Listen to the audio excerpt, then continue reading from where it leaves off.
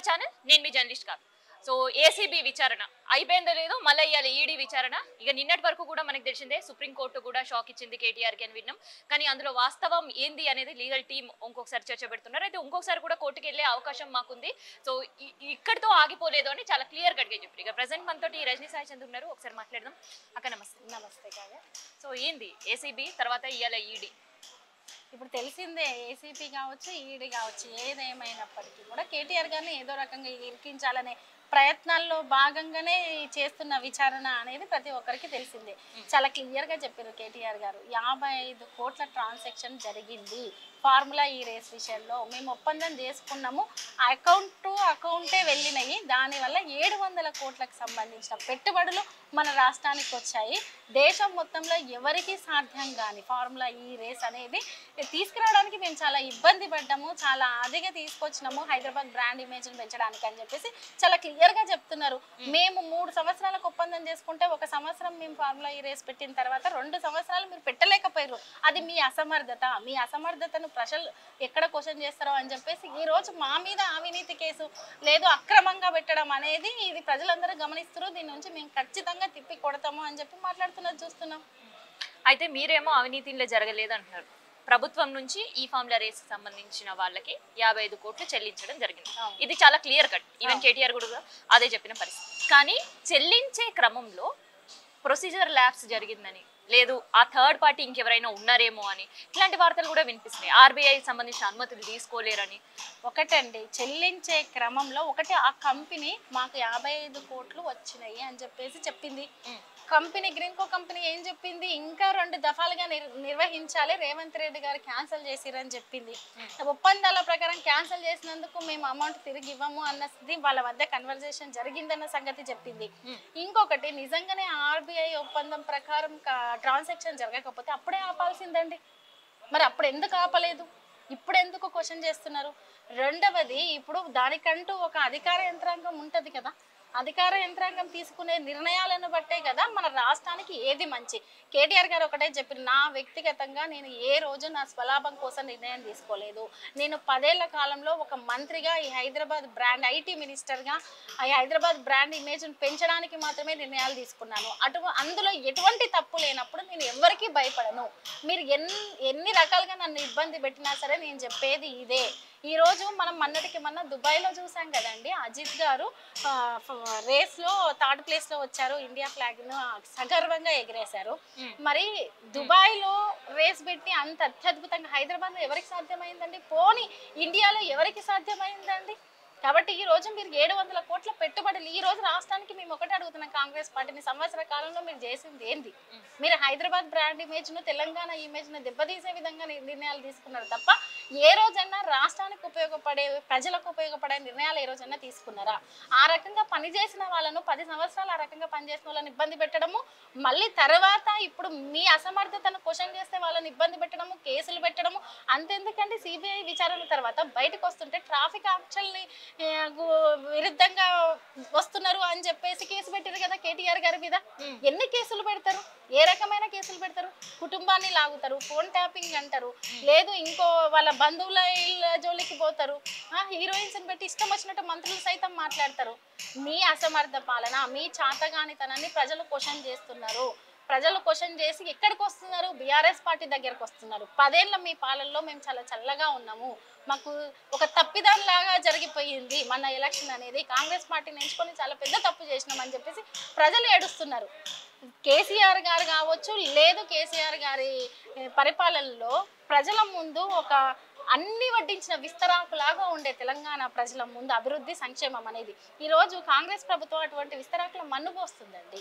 ప్రజల నోటికాడి కూడు గుంజుకుంటుంది.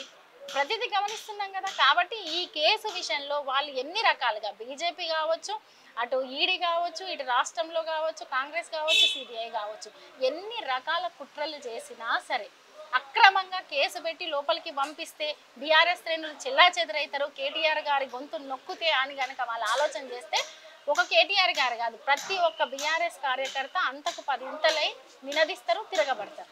అవును, ఇప్పుడు కాంగ్రెస్ సంబంధించిన విచారణ అంటే ఏసీబీ విచారణ జరుగుతుంది, ఈడీ విచారణ జరుగుతుంది, మధ్యలో బీజేపీ ఎందుకు వచ్చింది? బీజేపీ ఎందుకు అంటే బీజేపీ హస్తం కూడా ఇందులో ఉంది అనిపిస్తుందా? ఖచ్చితంగా ఉందనిపిస్తుంది. కమలం హస్తం ఒకటేనా? ఎందుకంటే మీరు ఈ రోజు బండి సంజయ్ గారి వ్యాఖ్యలు చూసుకోండి, అరవింద్ గారి వ్యాఖ్యలు చూసుకోండి, రేవంత్ రెడ్డి గారు మేము సఖ్యతతోటి పనిచేసినట్టే అప్రిషియేట్ చేస్తారు. ప్రజల గురించి ఏ రోజన్నా క్వశ్చన్ చేస్తున్నారా? ప్రజా సమస్యల గురించి ఏ రోజన్నా మాట్లాడుతున్నారా? ఇంకొకటి రేవంత్ రెడ్డి గారిని చూసుకోండి, రేవంత్ రెడ్డి గారు మోడీ గారిని మాట్లాడిన సందర్భాలు చూసుకుందాం. దేశంలోనేమో ఇష్టం వచ్చినట్టు రాహుల్ గాంధీ గారు మోడీ గారిని తిట్టడం కావచ్చు, బీజేపీని తిట్టడం చూస్తున్నాం. అదే రాష్ట్రంలో దేశంలో గుజరాత్ పాలన కావాలి మాకు ఇక్కడ అని మాట్లాడుతున్న సందర్భాన్ని చూసాం. ఈ రోజు రాష్ట్రంలో ఖచ్చితంగా చాలా మంది అంటున్నారు కాంగ్రెస్ కండువా కట్టుకున్న బీజేపీ మనిషే రేవంత్ రెడ్డి అని మాట్లాడుతున్నారు. అది వాస్తవం అన్నట్టే వాళ్ళ పనితీరు ఉంది.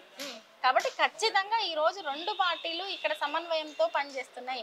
రెండు పార్టీలు కలిసి సహజీవనం చేస్తే ఎట్లుంటుందో అట్లా పనిచేస్తున్నాయి రాష్ట్రంలో మాత్రం అని మేము బలంగా చెప్తున్నాం. మరి పక్క రాష్ట్రంలో ఉండే చంద్రబాబు కండువా కప్పుకున్నాడు, గురు శిష్యుల అనుబంధం ఇది రేవంత్ రెడ్డిది, అందుకని అక్కడ అరెస్ట్ల రాజకీయాలు జరుగుతున్నాయి, ఇక్కడ కూడా అరెస్ట్ల రాజకీయాలు జరుగుతున్నాయి అనే నానుడి కూడా వినిపిస్తుంది.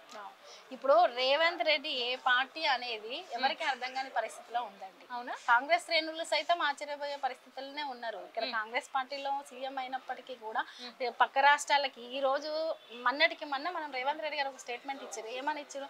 10 సంవత్సరాల్లో ఉమ్మడి పాలనలే మంచిగుండని ప్రజలు అనుకుంటున్నారు అని మాట్లాడారు. ఉమ్మడి పాలనలో ఎక్కడ మంచిగుండే, ఏం మంచిగుండే, ఎందుకోసం తెలంగాణ ఉద్యమం జరిగింది అంటే మీరు ఉద్యమంలో లేనంత మాత్రాన, మీరు ఉద్యమాన్ని వ్యతిరేకించినంత మాత్రాన, మీరు ఉద్యమకారుల మీదకి తుపాకీ పట్టుకొని వచ్చినంత మాత్రాన అప్పటి కాలమే బాగుందని మీరు ఎలా స్టేట్మెంట్ ఇస్తారు?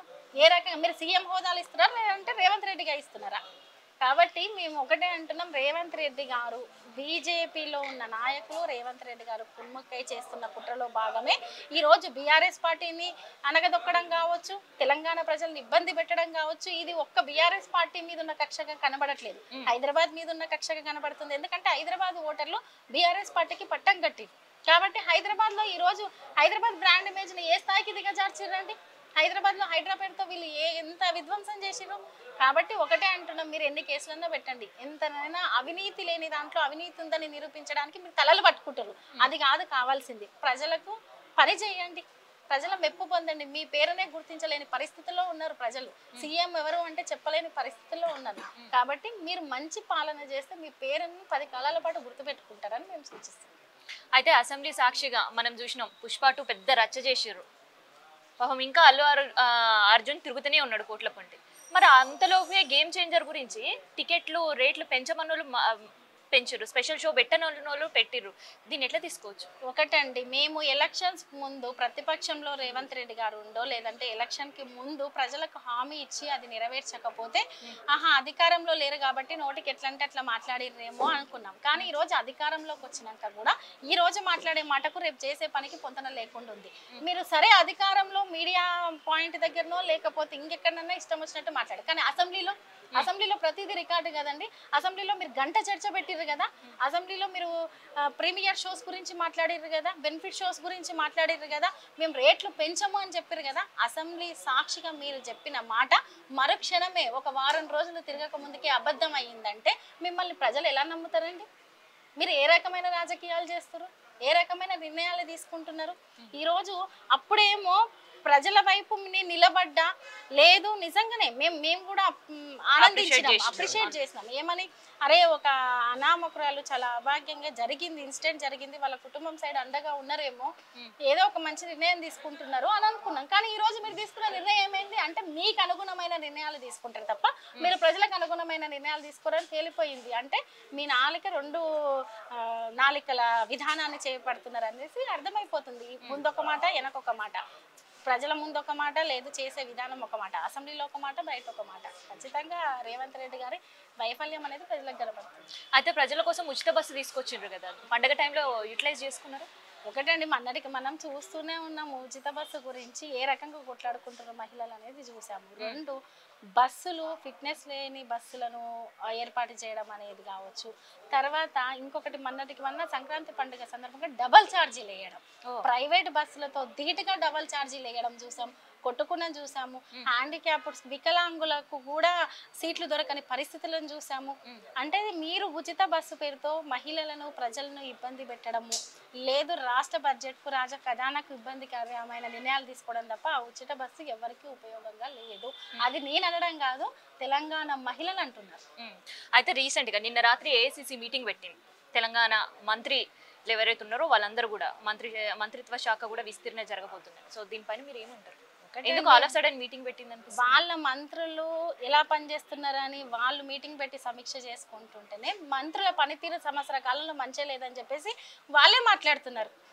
ఇప్పుడు ఇదే ఏసీసీ మీటింగ్ పెట్టుకొని మా మంత్రులు సరిగ్గా పనిచేయట్లేదు, అట్లా పనిచేయని మంత్రుల మీద ఖచ్చితంగా వాళ్ళని బర్తరఫ్ చేస్తామని మాట్లాడుతున్నారు. అంటే మీ పని విధానం ఏందో మీకే అర్థమవుతుంది కదా. మేమేమంటున్నామంటే మంత్రుల పనితీరు బాగాలేదని మాట్లాడుతున్నారు కదా రేవంత్ రెడ్డి గారు. మీ పనితీరు కూడా బాగాలేదు, మీ పనితీరును కూడా సమీక్షించుకోండి, మీ పనితీరును కూడా ప్రజల్లోకి వెళ్ళి తెలుసుకోండి, మీరు ఏం మాట్లాడిరో ఒక్కసారి గుర్తు చేసుకోండి. అడుగుతున్న క్వశ్చన్ చేస్తున్న బీఆర్ఎస్ పార్టీ మీద పడడము లేదు, మా భూములు గుంజుకోవద్దు, మా ఇళ్లను ఊలగొట్టద్దు అన్న ప్రజల మీద పడడం కాదు. మంచి పాలనను, మీరు చెప్పిన పాలనను ఏ రకంగా ముందుకు తీసుకెళ్లాలని ప్రాతిపదికను తయారు చేసి ముందరికి వెళ్ళండి అని చెప్తుంది. ఇప్పుడు మంత్రులను మార్చే అవకాశం ఉందనే వార్తలు వినిపిస్తున్నాయి. అంటే మీరు చెప్పిన బట్టి సీఎంని కూడా మారిస్తే మంచిగా ఉంటుందా మరి తెలంగాణకి?